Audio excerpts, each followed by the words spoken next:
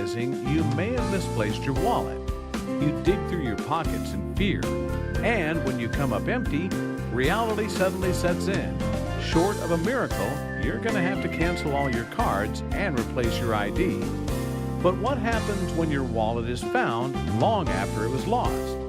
Is it still worth getting back after all those years? It's probably been replaced after all. Well, that's what the owner of a Talent Factory theater in Nevada, Iowa had to ask when he came across a wallet that was lost 71 years before. But the biggest surprise came from finding out who the owner was. Losing your wallet is one of the worst feelings in the world. Until you replace your ID and credit cards, it can be difficult to buy groceries, drive to work, or do just about anything. Not to mention, you'll always worry if someone's trying to impersonate you. So when Larry Sloan, the owner of the Talent Factory Comedy Club in Nevada, Iowa, came across a lost wallet, he made it his mission to try and find its owner as soon as possible. There was just one catch.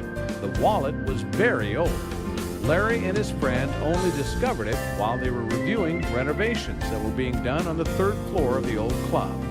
They noticed the small brown pouch wedged between two floorboards.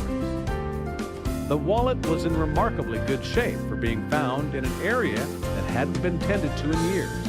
The brown leather was slightly faded, and it had a layer of dust on it. But other than that, it was in pristine condition. The two men opened it up, and that's when their jaws hit the floor. There were a number of items inside the wallet that were so old that the men didn't even recognize some of them. The first item they pulled out were food ration stamps from World War II. Larry and his friend couldn't believe it, and they decided to keep rummaging. The next thing that they found was an old Boy Scout card. The edges were tattered and torn, and the picture on the front looked like it was from decades earlier. Whomever this wallet belonged to must have spent some time in the Scouts. The next few items they pulled out were old photos. Some of them were too old and faded to see clearly, but others had families and children depicted in them. Just how old was this wallet? What Larry and his friend found next finally gave them the answer.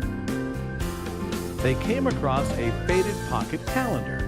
To their disbelief, the year on the calendar was 1944. That meant that this wallet was over 70 years old. Whoever lost it had to have been just a young kid when it happened, considering there was a Boy Scout card inside. Now that Larry and his friend knew how old the wallet was, they needed to figure out who it belonged to. Luckily, inside was an ID card with the name Claire McIntosh written in blue ink on the top. They finally found the owner. Directly behind the identification card was a small black and white wallet-sized picture of a young man with the name Claire McIntosh written beneath it. This was definitely the man whose wallet they found, but they couldn't locate him. Larry and his friend were determined to find out. What an amazing discovery! If it weren't for those renovations, Larry and his friend would have never stumbled upon the wallet. But the question remained, was Claire McIntosh still around after all those years? It's fascinating to think there was a time when Claire's family could be reached by simply dialing 8. How cool is it that he was able to retrieve his long-lost possession?